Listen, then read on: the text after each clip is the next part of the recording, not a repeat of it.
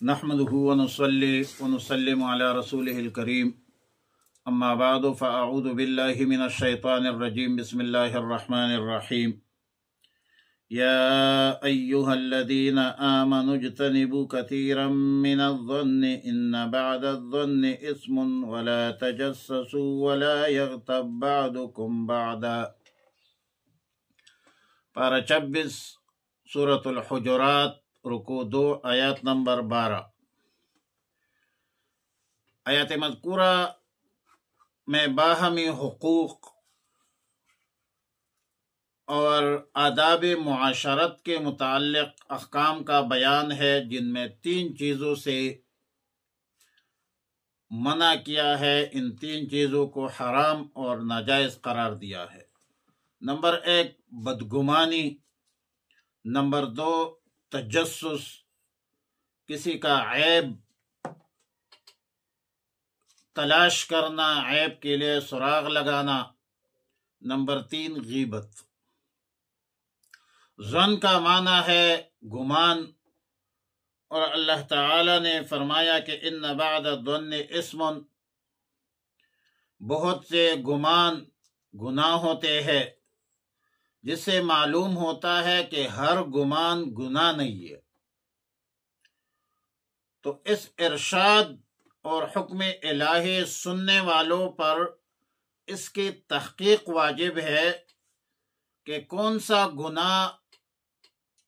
سا گمان گناہ ہے، تاکہ اس سے پرہیز کیا جائے اور اس سے گریز کیا جائے۔ فقہاء کرام فرماتے ہیں کہ اس مقام پر ظن سے مراد تہمت ہے، یعنی کسی شخص پر بغیر کسی دلیل قوی کے آپ الزام لگائے۔ اور امام ابو بکر جساس نے احکام القرآن میں ایک جامع گفتگو کی ہے، اور حکم کے اعتبار سے ظن کے 4 اقسام بیان کی ہے۔ نمبر 1 حرام، نمبر 2 مأمور بھی واجب، نمبر 3 مستحب اور مندوب، نمبر 4 مباح اور جائز۔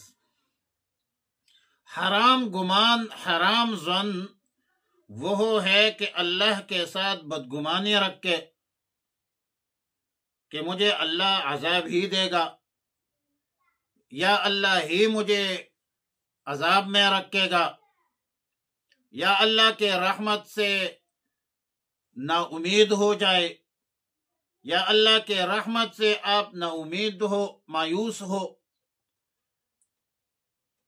حضرت جابر رضی اللہ تعالیٰ عنہ سے روایت ہے کہ رسول اللہ صلی اللہ علیہ وسلم نے فرمایا کہ لا یموتن احدکم الا وهو یحسن الظن باللہ، یعنی تم میں سے کسی کو اس کے بغیر موت نہیں آنا چاہیے مگر یہ کہ یہ اچھا گمان ہو، اللہ پر اعتقاد ہو، اعتماد ہو کہ اللہ کی رحمت بہت وسیع ہے، اللہ رب العالمین غفار ہے، اللہ رب العالمین غفور الرحیم ہے۔ لا تقنطوا جواب ہے، دوزخ اگر وسیع ہے تو جنت وسیع تر،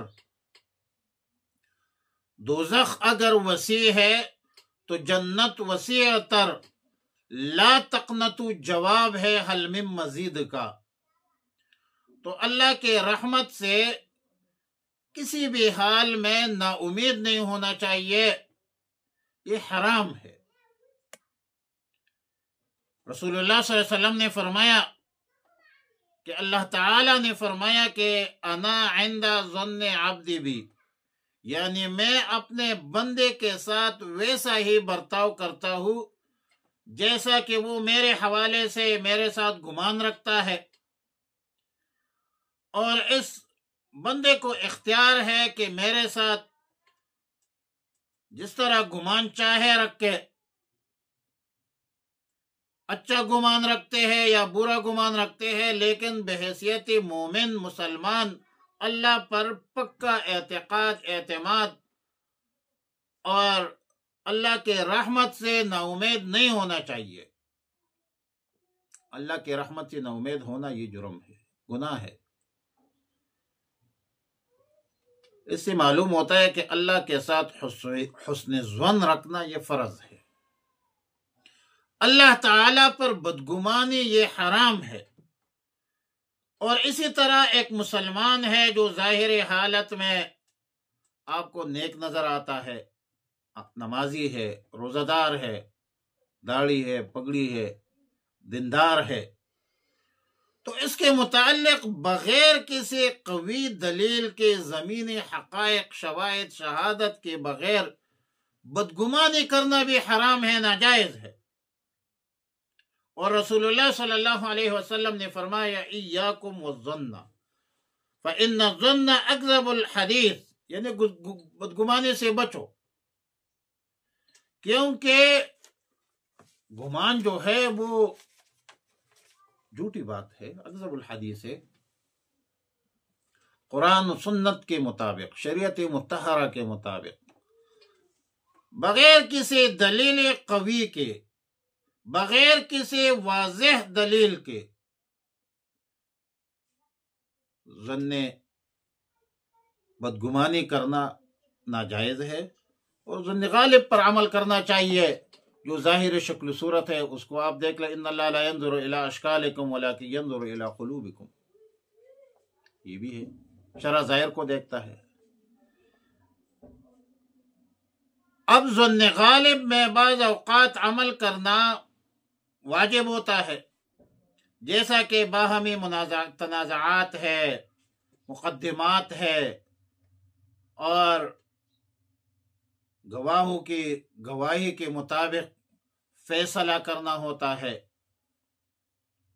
وہاں پر تو آپ نے شہادت کو دیکھنا ہے، فیصلے ہمیشہ شواہد پر کی بنیاد پر ہوتے ہیں، سکہ گواہوں کی بنیاد پر ہوتے ہیں، شہادت ہے، شواہد ہے، تفتیش ہے۔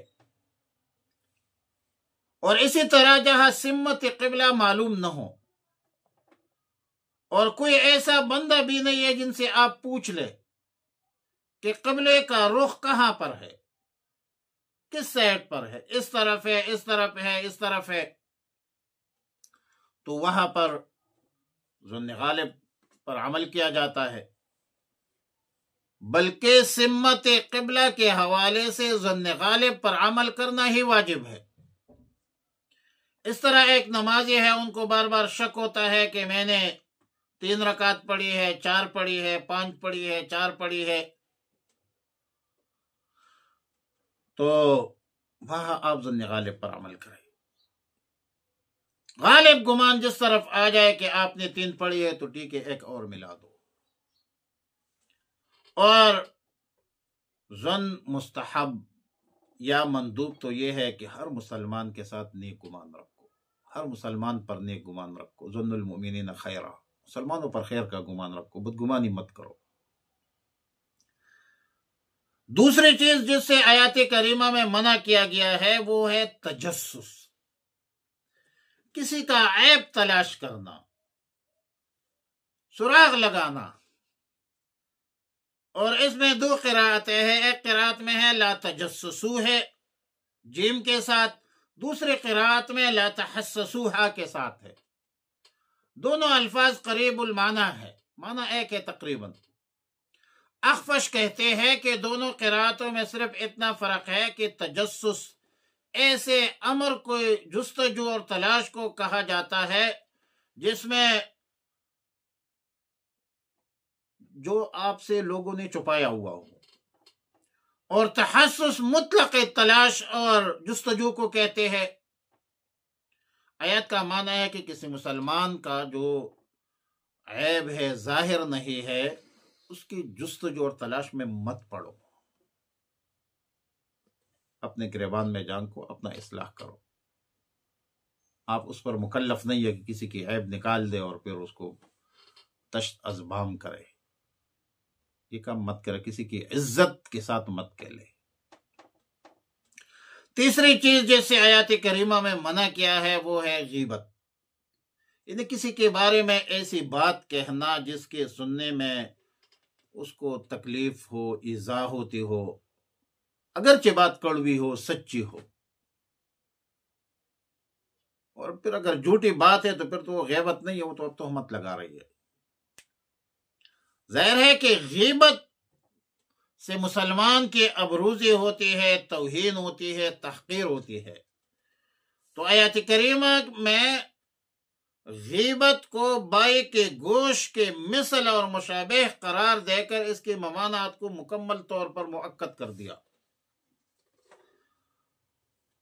یقیناً آیات مذکورہ میں ظن کا، تجسس کا اور غیبت تینوں کو حرام اور ناجائز قرار دیا ہے، لیکن غیبت کو انتہائی اہتمام سے، انتہائی اہتمام کے ساتھ جو ہے ذکر کیا ہے کہ گویا کہ کوئی مسلمان بھائی، مردہ مسلمان بھائی کا گوشت کھانے سے تشبیہ دے کر وہ غیبت کی حرمت کو اور سخت کر دیا ہے۔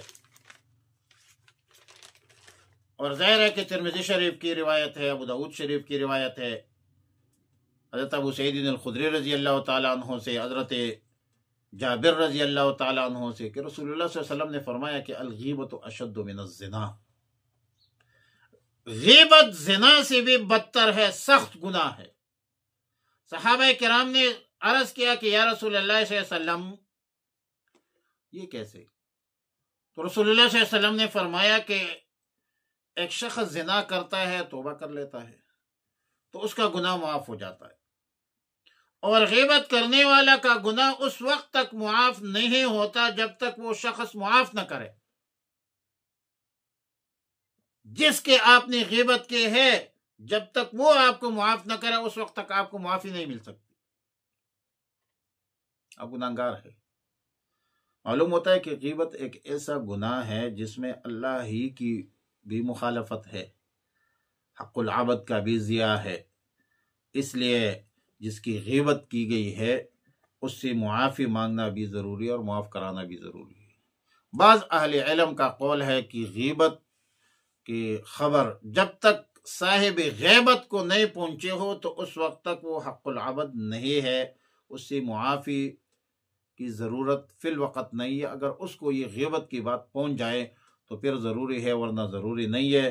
نقلہ روح المعانی عن الحسن والخیاتی وابن الصغاء والنووی وابن الصلاح وابن عبد البر وابن المبارک وغیرہ ذالک۔ لیکن ایک بات کہ غیبت کا کفارہ حدیث کی روح سے استغفار ضرور ہے۔ جس کے آپ نے غیبت کی ہے اس کے لیے مغفرت کی دعا کرو۔ یستغفر لمن اغتاب به تقول اللهم اغفر له، اللهم اغفر لنا وله، رواه البیہقی عن انس بن مالک رضی اللہ تعالی عنہ وعنہم اجمعین۔ لہٰذا جس کی آپ غیبت کرنا تو گناہ ہے، گناہ کبیرہ ہے۔ بدبختی سے لوگ آج کل قتل کو، زنا کو، رشوت کو، سود کو حرام سمجھتے ہیں، لیکن غیبت کو جائز سمجھتے ہیں، عادت بن چکی ہے لوگوں کی۔ لہٰذا تینوں گناہ ہے، لیکن غیبت بہت بڑا گناہ ہے جس میں عرف عام سارے لوگ اس میں ملوث ہے، اور لوگ غیبت کرتے ہیں، آرام سے نہیں بیٹھتے۔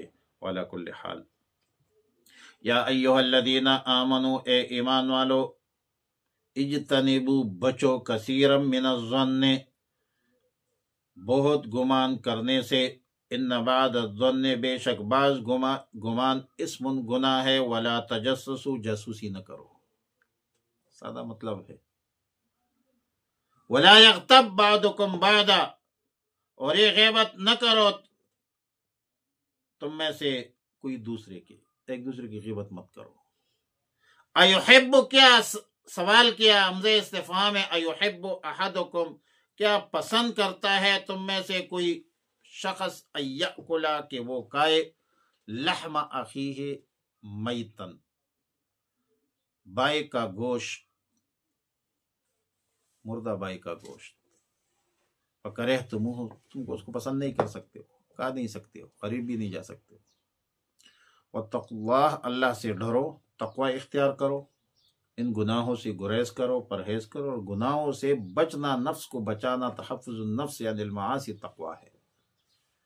ان اللہ التواب الرحیم، بے شک اللہ رب العالمین توبہ قبول کرنے والا اور رحم کرنے والا ہے۔ اللہم ربنا تقبل منا انک انت السمیع العلیم وتب علینا یا مولانا انک انت التواب الرحیم۔ اللہم وفقنا لما تحب وترضى، وصلی اللہ علی النبی الامی